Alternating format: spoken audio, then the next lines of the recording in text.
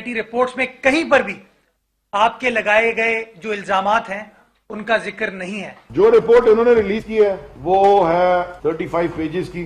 जो original report बनी थी, ओरिजिनल रिपोर्ट जिसपे किसी ने भी साइन नहीं किया, जिसपे डेडलॉक हुआ था, वो है 43 पेजेस की। तो भाई कौन दे रहा है आपको ये जीआईटी रिपोर्ट, बताएं तो सही, सोर्स क्या है आपकी? जिसमें 4 आदमी का दस्तखत है, फ्रेंड्स के नाम लिखे हैं। एक नाम डॉक्टर जुल्फिकार मिर्जा का भी है, फरियाल तालपुर साहबा का भी है, अब्दुल कादिर पटेल साहब का भी है, डॉक्टर निसार मुराई का भी है, सेनेटर यूसुफ बलोच का भी है और शर्जील मेमन का भी है। ये 6 नाम लिखे हुए, 4 आदमी ने साइन किया हुआ।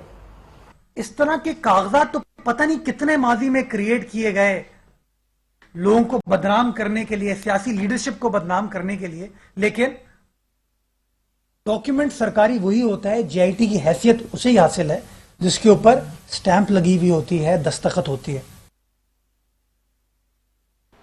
बिस्मिल्लाहिर्रहमानिर्रहीम। प्रोग्राम सज्जाद मीर के साथ मैं हूं सना रियाज। नाज़रीन, एक साउंड बाइट आपने सुनी है। आज का जो अहम तरीन टॉपिक है जिसके बारे में अभी आपने ये साउंड भी सुनी है, वो है जीआईटी रिपोर्ट जो कल पब्लिक हो गई थी, जिसके बारे में बहुत सारे एतराजात भी सामने आ रहे हैं, जबकि ये भी कहा जा रहा है कि 35 सफ़ात की ये जो रिपोर्ट है उसे पब्लिक कर दिया गया है, जबकि असल रिपोर्ट जो थी वो 43 पेजेस की थी, जिस पर आज अली जैदी ने एक तबसरा भी किया। उसने कहा है कि ये जो रिपोर्ट है ये नामुकम्मल है, सिंध हुकूमत की जानिब से ये नामुकम्मल रिपोर्ट पेश कर दी गई। इस हवाले से बात करने के लिए और इस हवाले से राय लेने के लिए हमारे साथ मौजूद है हमेशा की तरह हमारे सीनियर तजियाकार सज्जाद मीर साहब। उन्हीं से जानेंगे। जी अस्सलाम वालेकुम सर। वालेकुम अस्सलाम सर, अल्हम्दुलिल्लाह। सर, आज ये रिपोर्ट जो कल पब्लिक हुई है उस पर आज अली जैदी ने बहुत सारे एतराजात उठाए। उन्होंने कहा है कि ये नामुकम्मल रिपोर्ट पेश की गई है। देखें, कराची में खास तौर पर जो है ना, ये जीआईटी का केस भी बहुत अजीबोगरीब है। सन 90 के बाद कल जैसे कि मैंने अर्ज किया था शुरू हुआ था पाकिस्तान में, जब इन्होंने कराची में मिलिट्री एक्शन किया था उस वक्त समझा जाता था कि शायद पुलिस सही तफ्तीश नहीं करती, प्रोसिक्यूशन जानती नहीं है कि मामला क्या है। और उस वक्त बड़ा जोर था, चूंकि फौजी एक्शन था, मिलिट्री एक्शन था। उसके बाद पाकिस्तान में रेंजर्स भी कराची में आ गई चंद सालों के बाद, रेंजर का भी रोल हो गया। तो उसमें आईएसआई के लोगों को, एमआई के लोगों को, आईबी के लोगों को और फिर मकामी पुलिस के लोगों को, यानी कि बहुत सारी एजेंसियों को शामिल करके ये समझा गया कि अब एक फुल प्रूफ जो है वो रिपोर्ट आया करेगी। अच्छा, इसकी कानूनी हैसियत उस तरह नहीं है जिस तरह हम बयान कर सकते हैं, ये रिपोर्ट होती है। लेकिन इस रिपोर्ट का नतीजा क्या निकला? रिपोर्ट जब ये जीआईटी बनी नवाज शरीफ के तहत, नवाज शरीफ के बारे में, तो ये तासुर पैदा हुआ कि उस जीआईटी ने चूंकि फौज के जेर असर थी तो शायद फौज ने उनके साथ कुछ फैसले जो थे नवाज शरीफ के खिलाफ करवा दिए। ये तो खामखा अपने सिक्योरिटी इदारों को उस काम में मुलव्वस करने की कोशिश है जो दरअसल पुलिस के करने के हैं, जो दरअसल आम सिविल कानून के तहत करने के होते हैं। अब इसमें जो कराची के वाकयात हैं उसमें दोनों बातें जो इस पर रिपोर्टें आई हैं, एक लियारी गैंग वार के सिलसिले की है और एक बल्दिया के में जो आग लगी थी वहाँ फैक्ट्री में, वो साइट का एरिया है जो उसमें आग लगी थी उसके बारे में। वहाँ 260 लोग चल गए थे। अच्छा, अब ये कहा जाता है कि जो लियारी गैंग वार था उसमें कई बातें आती हैं। रहमान डकैत आता है, उस ग्रुप को फिर ये इसने संभाला जिसको जैर बलोच कहते हैं, और कई लोग थे, पता नहीं अरशद पप्पू फलाना, ये एक लड़ाई वहां रही। कहा यह जाता है कि जुल्फकार मिर्जा ने इसको एस्टेब्लिश किया। खास तौर पर उसने कहा भी टीवी पर, मैंने उनको 2 लाख पता नहीं है 3 लाख कितने पता नहीं 1 लाख हथियार दिए, असला दिया, अपने लोगों अमन कमेटी कायम कर दी। अच्छा, अमन कमेटी जो थी बदअमनी की कमेटी थी। वहां महसूस किया गया कि एमकेएम वालों के यहाँ चूंकि दहशत गर्दों के जत्थे मौजूद हैं और वो टारगेट किलिंग भी करते हैं, बंद बोरियों में लाशें भी फेंकते हैं, तो उनका जवाब शायद इसी तरह दिया जाए जिस तरह एक जमाने में वहां अल जुल्फकार जो थी वो एस्टेब्लिश थी और साउथ डिस्ट्रिक्ट में खास तौर पर वो ऑपरेट करती थी।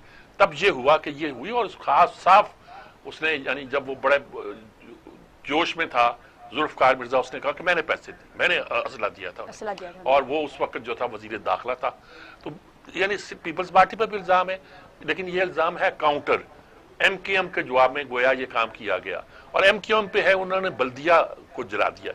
इस वक्त जो बातें कर रही है अपना हमारे अली जैदी साहब, वो बहरी अमूर के जो वजीर हैं उनका, वो आप कराची के वजीर समझते हैं।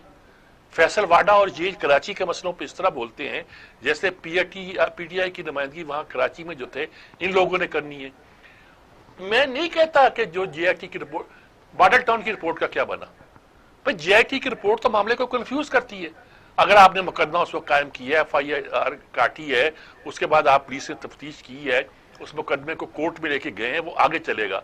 अब इससे क्या होगा? उन्होंने कहा जी एक रिपोर्ट पेश की, उस पर 4 के दस्तखत हैं, और उन्होंने कहा बाकियों ने क्यों नहीं किए? मतलब कहने का ये है कि एक रिपोर्ट तैयार की गई थी जिसपे इन लोगों ने की ये राय कायम की थी जिसमें इन लोगों का नाम था, लेकिन बाकी लोगों ने साइन करने से इनकार कर दिया था। तो कंसेंसस की रिपोर्ट तो ना हुई रही। वो कहते हैं ये रिपोर्ट इनके हाथ में कैसे आई जी। जब वो सबमिट ही नहीं हुई तो कहां से आ गई? एक कंफ्यूजन क्रिएट करके आप क्या करना चाहते हैं? बारिशें हो रही हैं कराची में, बिजली गई हुई है, पानी, सड़कें जो है दरिया बन गए हुए, यानी इतना प्यारा खूबसूरत शहर था, और वहां जब बारिश होती है तो इस तरह बहता है पानी दरियाओं की शक्ल में, गटर उबलते हैं, समुद्र में जाने को पानी का रास्ता नहीं मिलता। यानी ऐसी सूरत पैदा कर एक वबा, बिजली आ नहीं रही, पानी, चूंकि बिजली नहीं होगी तो पानी के तात्तुल में पैदा होगा। सारी बातें मौजूद है और आप लेके बैठ गए जीआईटी रिपोर्ट। अब भाई जीआईटी की रिपोर्ट के तहत जो कुछ काम हुआ था इसके बारे में अब फैसला हो जाना चाहिए, इसमें कोई शक नहीं है। कलियारी गैंग वार पर जब कार्रवाई हुई थी, शायद उस वक्त असलम खान जिंदा थे, वो भी इसमें शामिल हुए थे, आखिर ये विड्रॉ करना पड़ा। वो इतने गलियां छोटी, वहां आपकी बख्तरबंद गाड़ियां नहीं जा सकती थी, कोई टैंक और दूसरी चीजें आप ले जा नहीं सकते थे। रिजल्ट क्या निकला? रिजल्ट निकला कि आपकी कुछ गाड़ियां उन्होंने हिट भी की, आपको विड्रॉ करना पड़ा। इस तरह कराची के बहुत से इलाकों के बारे में था कि नो गो एरियाज है। आज आफाक अहमद भी आ गए जो मुस्लिम वो MKM हकीकी थे, एक तरफ वो खड़े हैं, एक तरफ वो मुस्तफा कमाल बोल रहे हैं, एक तरफ फारूक सतार को अलग कर दिया हुआ है, एक तरफ ये हुकूमत में बैठे हुए 4 वजीर। कराची का तो वालीबार से कोई नहीं हो गया जी, सारे। अब ये PTI आ गई है, ये अपना राग अलाप रही है, अपनी बातें की जा रही। और भाई अगर इस पर कोई मुकदमा कानूनी तौर पर इस तरह बन सकता है वो बनाओ और उसको आगे चलाओ और मुलजमों को कैफरे किरदार तक बचाओ। इमरान आया, उसने लाहौर का कहा कि नई JIT बनेगी, अच्छा नारा सियासी तौर पर, जब बनी तो कोर्ट ने क्या बनेगी? अभी तो सारी सूरत जो पैदा हुई है वो तो ऐसी है कि उसके बाद नई JIT का कोई सवाल ही पैदा नहीं होता। इसी हवाले से सर JIT के हवाले से बात करने के लिए हमारे साथ लाइन पर मौजूद हैं सीनियर जर्नलिस्ट सफदर अली साहब मौजूद हैं हमारे जी। सही, सफदर अली हमारे बहुत पुराने कुलीग, साथी, रफीके कार हैं और बड़े सीनियर जर्नलिस्ट हैं कराची के, और इन मामलात को तो उन्होंने देखा है, करीब से देखा है और समझते भी हैं कि क्या सूरत है। अस्सलाम वालेकुम शाह साहब, कैसे हैं आप? बड़े अरसे बाद बात हो रही है, बड़े अरसे बाद बात हुई, कोई शक नहीं इसमें जी। बहुत ये जो खेल हैं जी अभी आपके गुफ्तगू को सुन रहा था कि कराची का नक्शा पूरा शहर नजर में घूम रहा है कि कराची को कहाँ कहाँ से जख्म मारे गए, किस किसने जख्म मारे, किस किसने भाले मारे, किस किसने यहाँ डकैतियां की, किस किसने लूटमार की। क्या जी नहीं साहब, ये तो एक तो बल्दिया का केस था, एक ये लियारी गैंगवार की लड़ाई थी, उजैर बलोच पर भी रिपोर्ट आ गई, उस पर भी आ गई। ये PTI और ये आपस में लड़ रहे हैं, अवाम का क्या बनेगा, क्या सूरत है? नहीं साहब, बात ये है, आपको याद होगा, शायद आप उस वक्त कराची में थे, कि जस्टिस इफ्तिखार चौधरी साहब ने कराची बदअमनी का केस उठाया था। याद होगा आपको, उसमें बड़े बड़े मामला सामने आए थे। आप मुझे बताइए कि आज तक कितनी JIT बनती रही, कितनी तहकीकात होती रही, किसी को सजा हुई?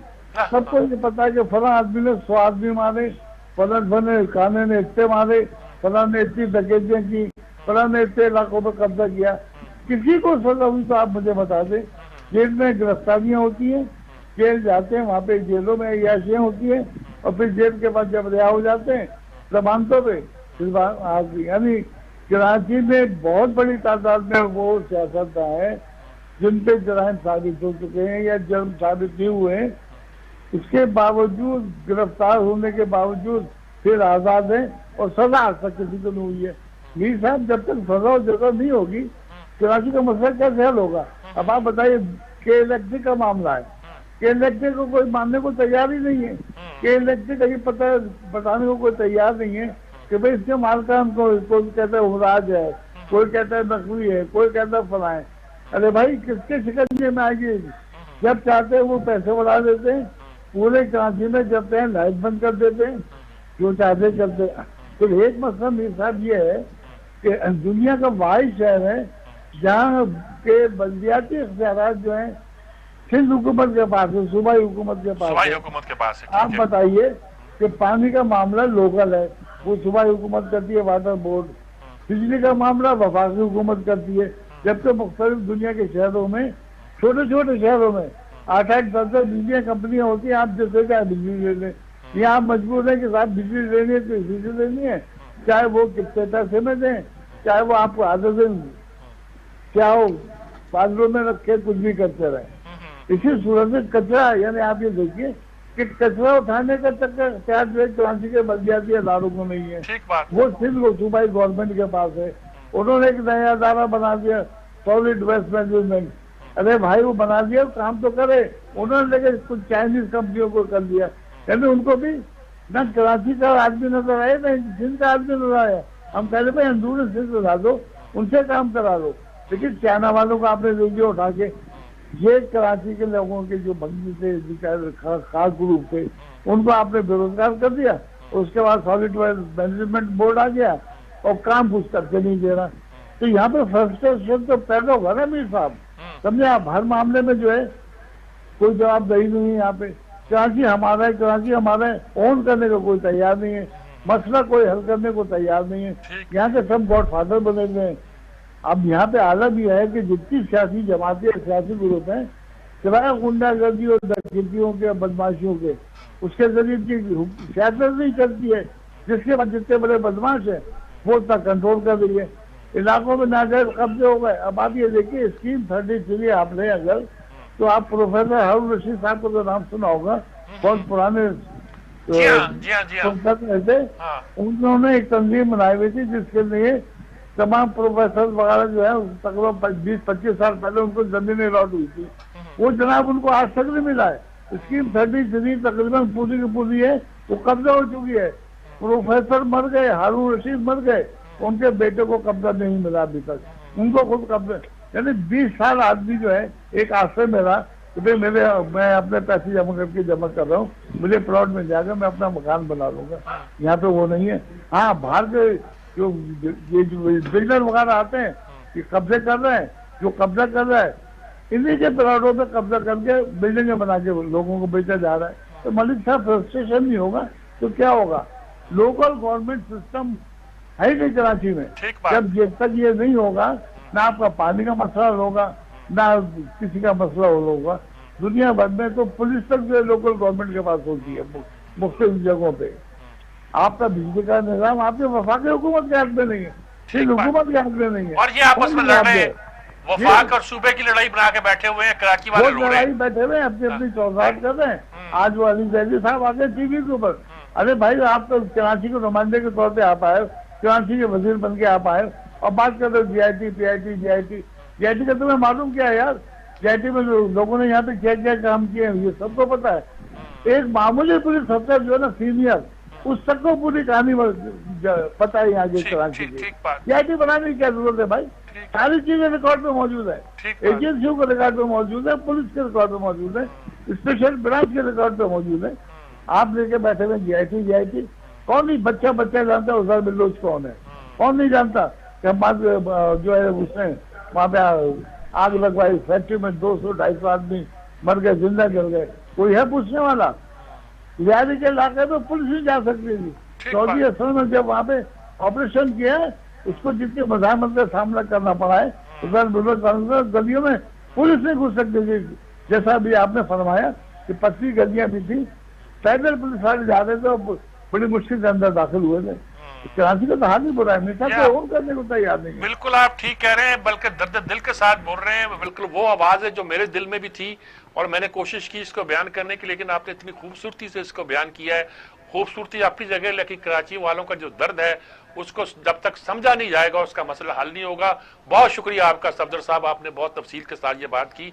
बहुत अरसे के बाद मुलाकात हुई, लेकिन बड़ी खुलकर बात, लेकिन बड़ी क्लियर बात जी। यानी वहां का जो हालात हैं वो छुपे हुए नहीं है।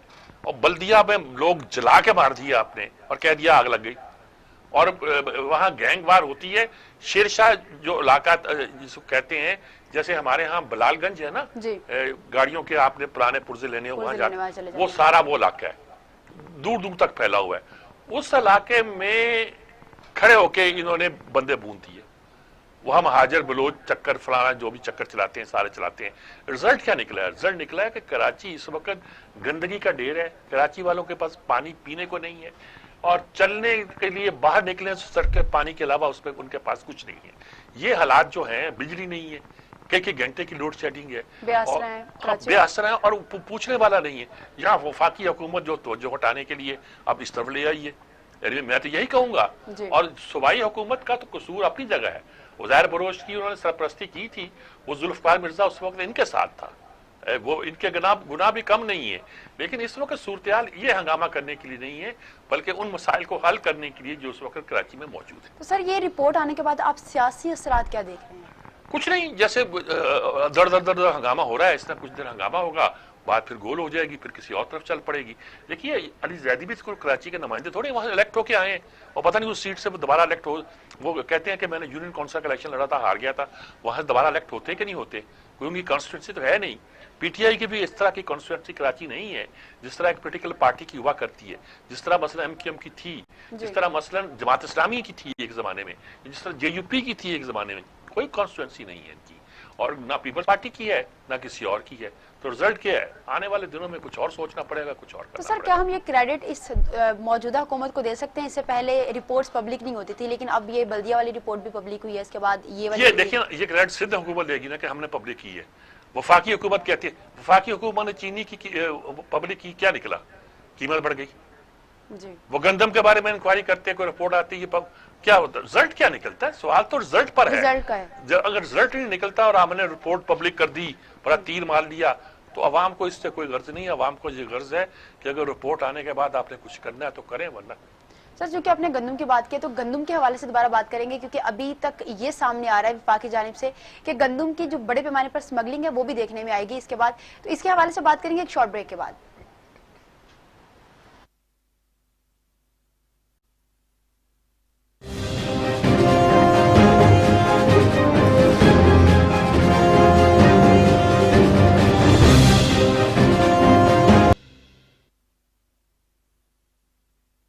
एक बार फिर से खुशामदीद नाजरीन, बात कर रहे थे गंदम के हवाले से। सर, इससे पहले भी प्रोग्राम्स में आपने कई बार जिक्र किया है कि गंदम का बहरान पैदा होगा, गंदम की स्मगलिंग के हवाले से आपने कहा महंगी भी होगी, तो आपके खदशात दुरुस्त साबित हो गए? असल में देखें, बात यह है कि शुरू में ये बड़ा शोर मचाया गया कि पंजाब का जो टारगेट था 45 टन 1000 टन गंदम को खरीदने का, सर हुकूमत का, वो उन्होंने खरीद ली है।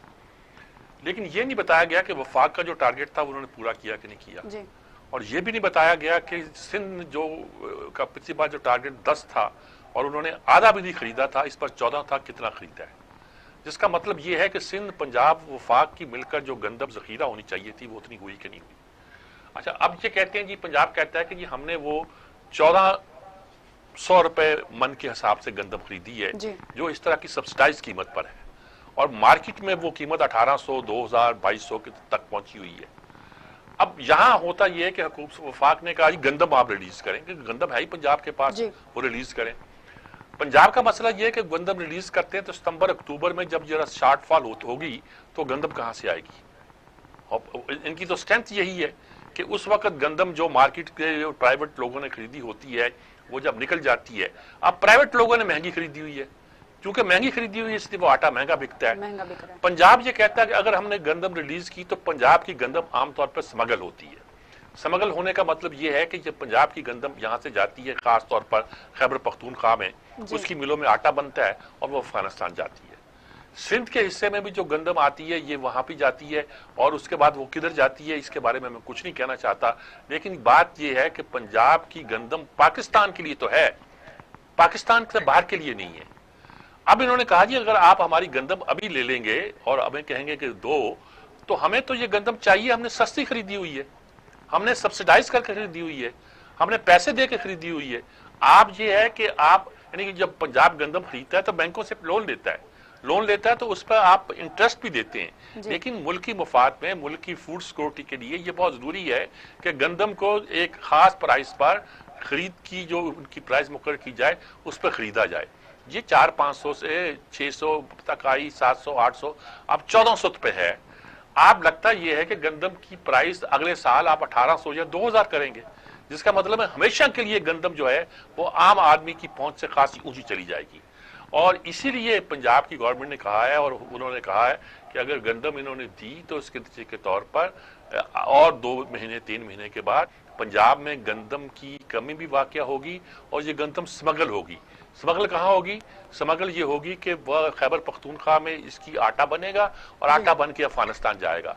हम तो कभी कभी अपने बजट में भी रखते हैं कि हमारा जो गंदम का टारगेट है उसमें 1 लाख टन जो है अफगानिस्तान के लिए है, लेकिन होता यह है कि ज्यादा से ज्यादा हमारा जो होती है गंदम एक बड़ा हिस्सा जो है और दूसरी चीजें भी वो अफगानिस्तान चली जाती हैं।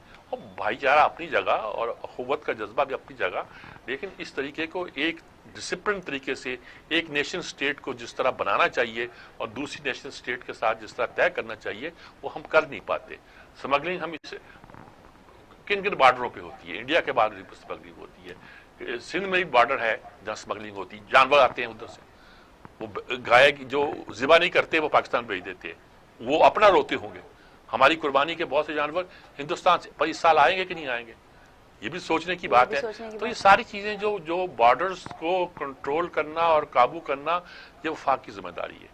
मैं ये नहीं कहता रेंजर की जिम्मेदारी है, मैं ये नहीं कहता कस्टम की जिम्मेदारी है, मैं ये नहीं कहता फौज की जिम्मेदारी है, ये वफाक की जिम्मेदारी है, उन्हें इसका बंदोबस्त करना चाहिए। सर पहले भी बहरान जो पैदा हुआ गंदम का, उसके हवाले से पहले जीआईटी बनी, फिर इसके हवाले से सारी तहकीकात हुई, फिर कह दिया गया ये नकली बहरान है, अब फिर खदशात जाहिर किए जा रहे हैं स्मगलिंग के, तो फिर हुकूमत क्या कर? असल बात नकली बहरान तो नहीं है, इस वक्त गंदम की जो पैदावार हुई है उसके बारे में असेसमेंट ये है कि कुछ कम हुई है जी। हम गंदम बाहर भी बेचते थे तो हमारी कम नहीं पड़ती थी, हमारी तो कई कई साल गंदम जखीरा भी रहती थी और हम उसको जरूरत पड़ने पर खर्च भी करते थे और बाहर ही बेचते थे। पिछले साल तो हमने ये किया था, गंदम इतनी फालतू हो गई थी कि हमने कहा था मकई ना बो, मकई की जगह ये हमारी गंदम जो फालतू पड़ी ये लो और मुर्गियों की फीड के तौर पर इस्तेमाल करो, इतनी ज्यादा हो गई थी। लेकिन अब लगता है कि गंदम की शॉर्टफॉल होगी। हमारी यही तो स्ट्रेंथ है कि हमारा आदमी भूखा इसलिए नहीं मरता कि उसकी किसान जो है उसके लिए खुराक पैदा करता है, गंदम पैदा करता है, वो मैं बार बार कहता हूँ कॉटन पैदा करता है, चावल पैदा करता है, चमड़ा उसके हमारे यहाँ से आता है, चमड़ा चावल ये जो वो चीजें हैं जो न सिर्फ ये कि हमारी जरूरतें पूरी करती हैं बल्कि हमारे लिए फॉरेन एक्सचेंज भी कमाती है। सर ये हुकूमत ने निर्ख मुकर्रर किए थे कि 20 किलो आटे का जो थैला है वो 860 रुपए में मिलेगा, लेकिन ये 1000 से ऊपर इसकी कीमत जा चुकी है। इमरान खान साहब ने इसके हवाले से कहा भी था कि इसके हवाले से इकदाम किए जाए कि 860 रुपए का थैला मिले, तो आपको क्या लगता है कि कैसे मिले? जब लोगों ने गंदम खरीदी हुई है 1000 रुपए मन या 1100 रुपए मन या 1200 रुपए मन, तो थैला की कीमत कब कैसे होगी? वो कहते सरकारी गंदम को रिलीज करो, पंजाब कहता हम रिलीज कर देंगे तो फिर बाकी हमारे पास क्या बचेगा?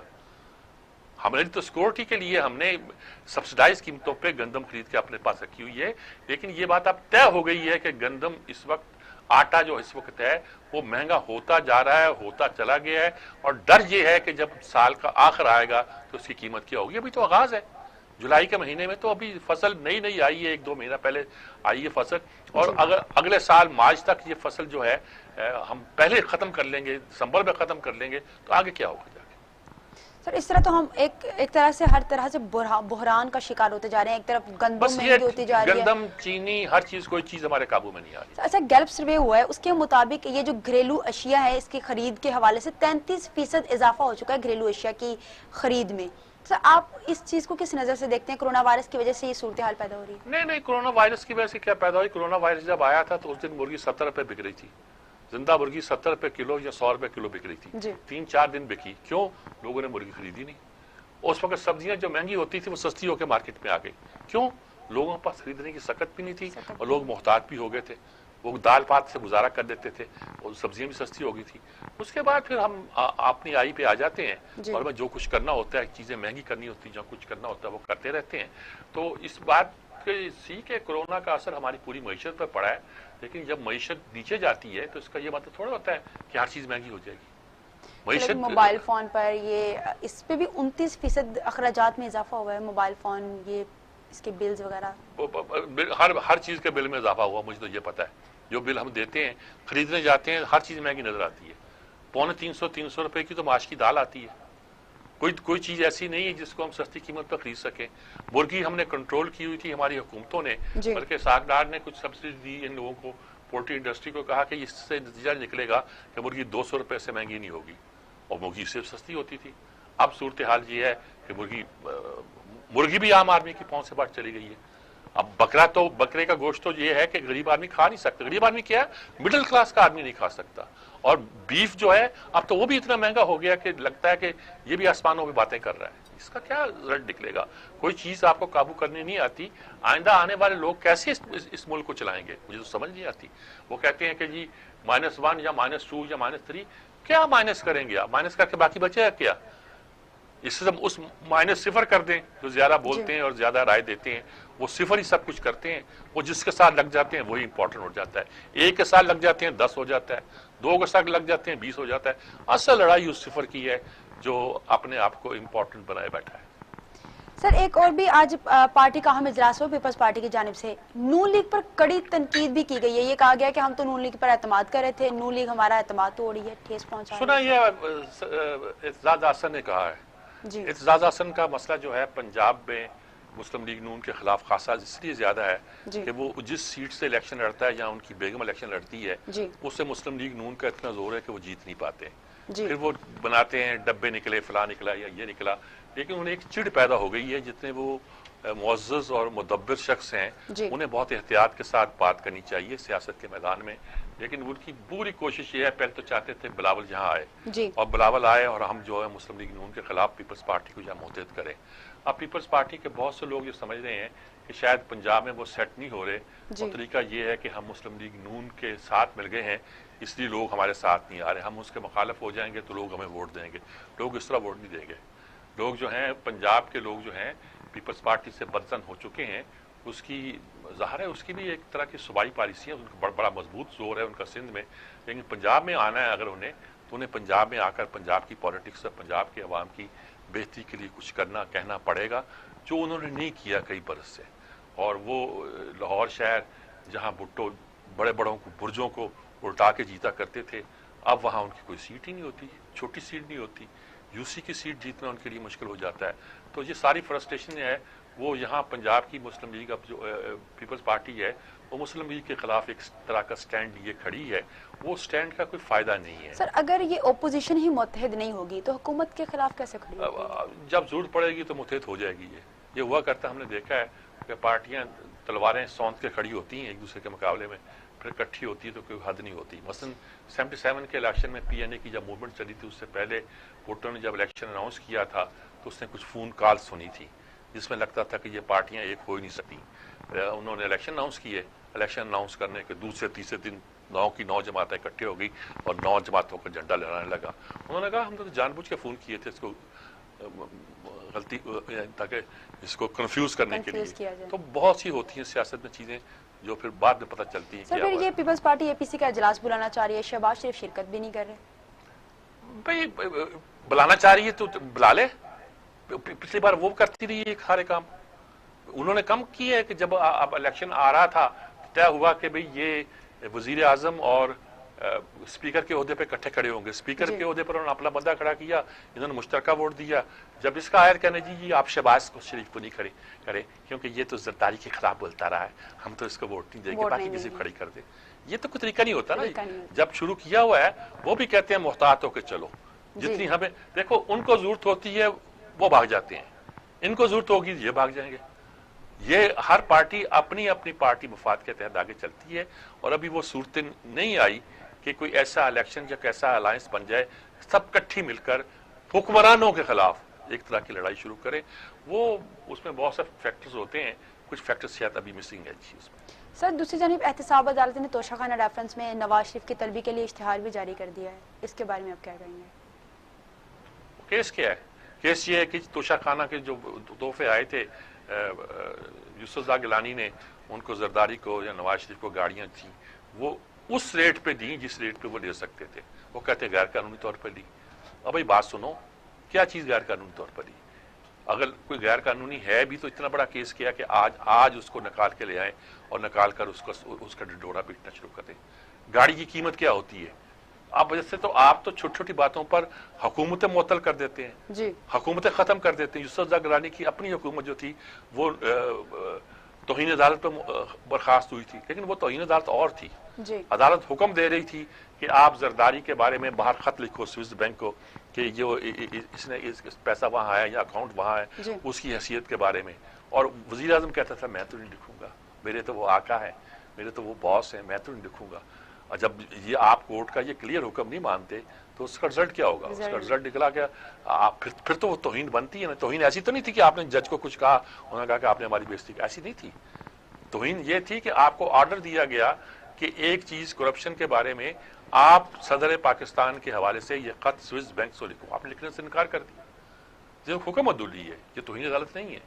हुक्म अदूली करने पर तौहीन अदालत हुई थी और उसकी सजा ये थी कि 1 सेकंड के लिए उन्होंने 30 सेकंड के लिए सजा दी और उसके दूसरे के बाद तौर पर उनकी छुट्टी हो गई। तो सर आपको क्या लगता है नवाज शरीफ साहब आएंगे इन केसेस को दोबारा से फेस करने के लिए? क्यों आएंगे भाई? जिन्होंने भेजा है वो जब कहेंगे तो वो आएंगे, ऐसे थोड़ा आते हैं। वो कोई ऐसे शौक में थोड़ा चले गए हुए हैं। सर ईरान में धमाके भी हो रहे हैं, इस पे लंबी चौड़ी कहानियां सामने आ रही हैं, तो आप इस ईरान के आपने वक्फा धमाके- लेना भी। सर इस पे डिस्कस कर लेंगे एक ब्रेक के बाद, भी हम चलते हैं एक शॉर्ट ब्रेक पे।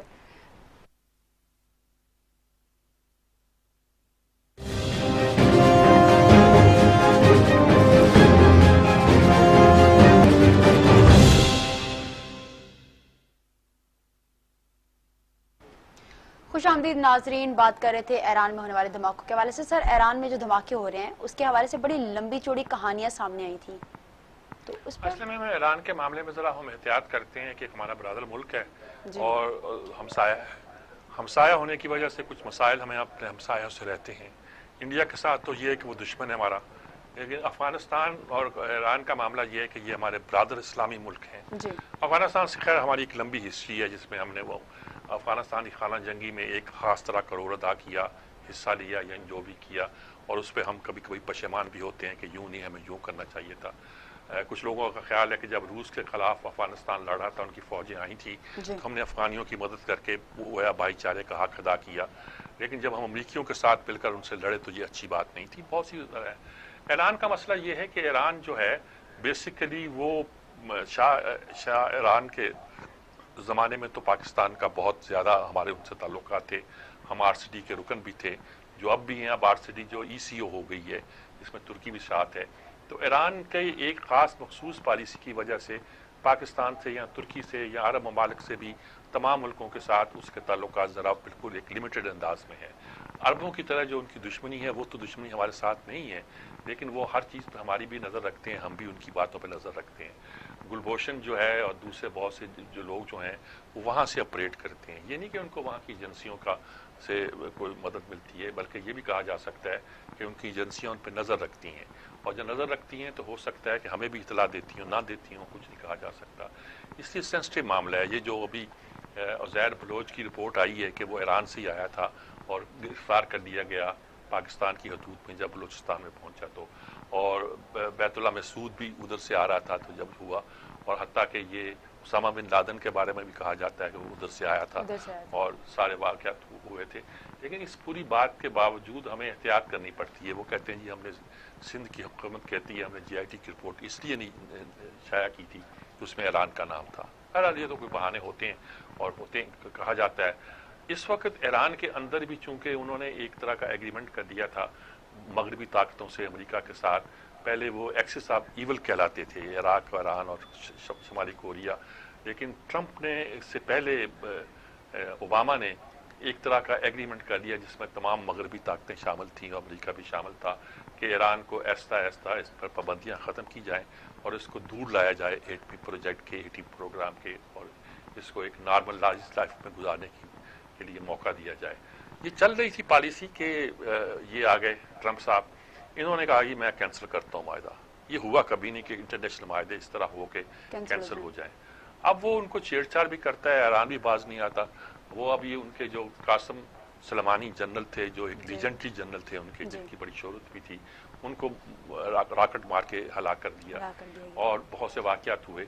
अब ये कहा जाता है कि ईरान के अंदर जो ब्लास्ट हुए हैं और जिसमें अमेरिका का बहुत से लोगों का ख्याल है कि उनकी उस पे हुए हैं, क्या नाम है, एटमी साइट पे हुए हैं, ये बहुत ख़तरनाक बात है। ईरान इस पर यानी कि अमेरिका ने डायरेक्ट नहीं किए होंगे, कहा जाता है कि इसराइल के जरिए, लेकिन इसराइल भी ऐसे काम करते हुए जरा घबराता है क्योंकि रिटेलिएट हो सकता है, उसी इलाके में है। ईरान कुछ भी उसके जवाब में कर सकता है, उसके मिसाइल भी वहाँ हिट कर सकते हैं, कुछ मिसाइल पैदा कर सकते हैं। लेकिन अब खबर यही आई है कि वो होमलैंड चीते का लफ्ज़ इस्तेमाल किया गया है।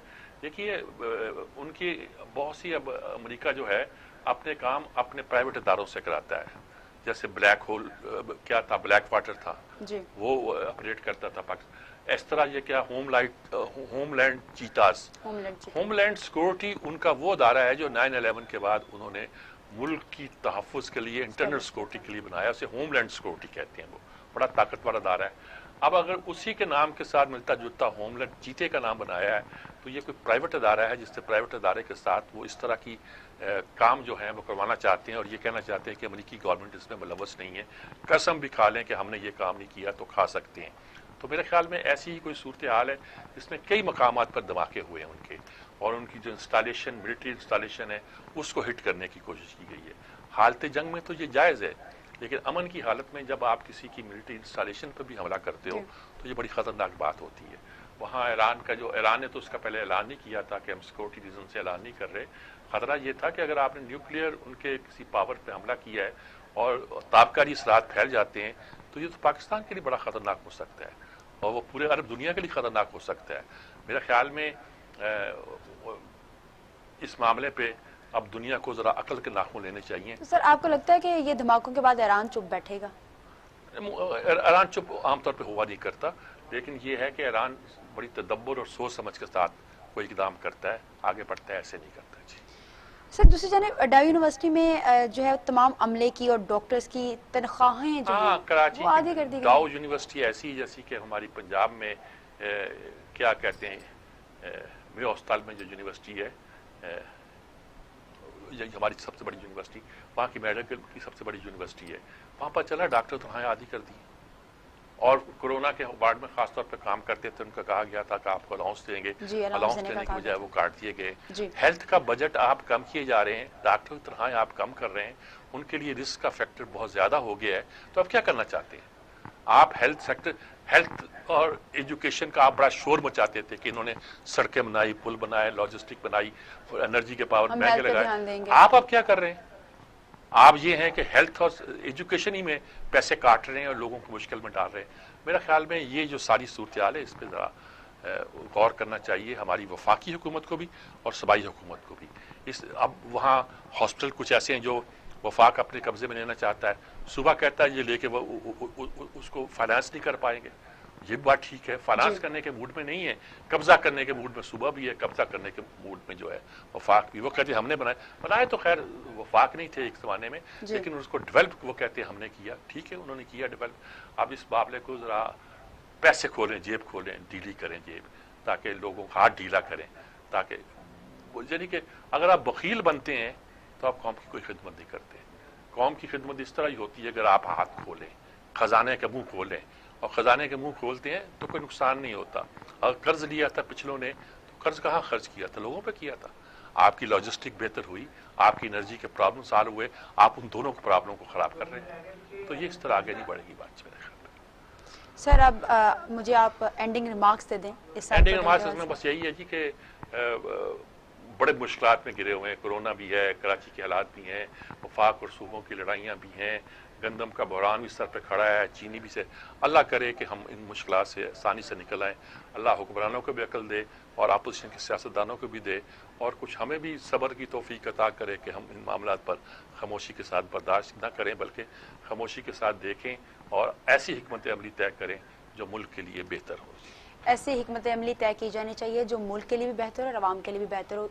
अगले रोज़ हम दोबारा से हाजिर होंगे नए टॉपिक्स के साथ। हमें दीजिए इजाज़त। अल्लाह हाफ़िज़।